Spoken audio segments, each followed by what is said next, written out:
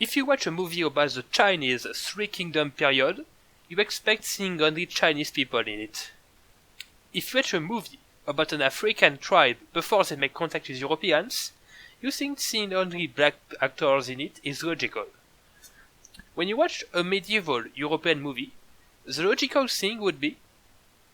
Wait, so I watched the trailer for the TV series Beowulf, and, surprise, some characters are black. Alright, I have nothing against the actors. But how could black people be there?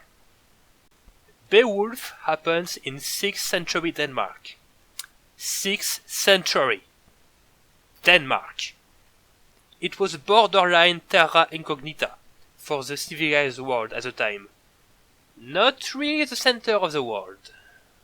As you know, black people come from sub-Saharan Africa, and it is even more remote than Denmark is. To get there from the Mediterranean Sea, the center of the classical world, you had to cross the Sahara Desert, and once you are in the Mediterranean Sea, where you would probably be in a big merchant city like Constantinople, you would then have to go to the remote and poor land that was Denmark at the time. Was that technically possible?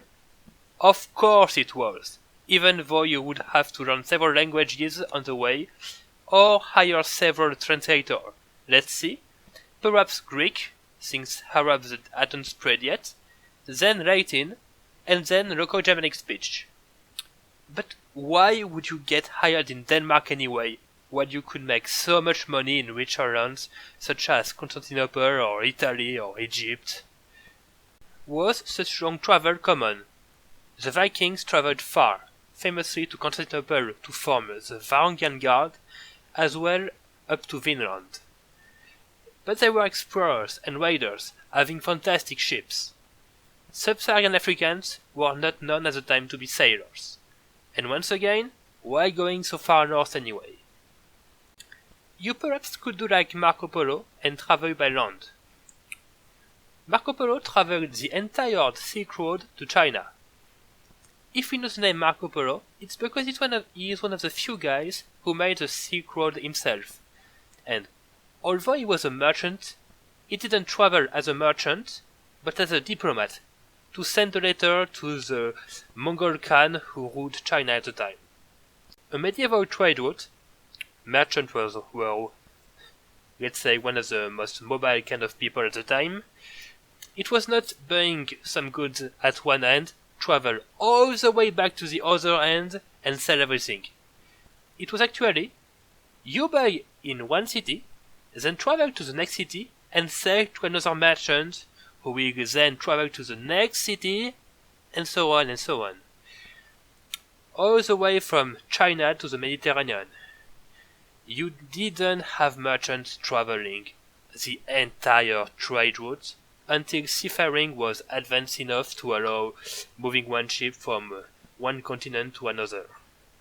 So, having a black man in medieval Denmark, or wherever else your medieval movie is, makes no sense at all.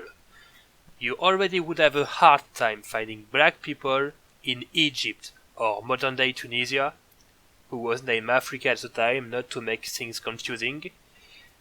So, let alone in European trade centers like Venice or Constantinople.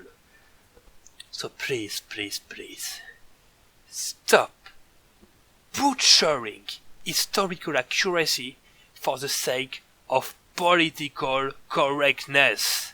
Alright?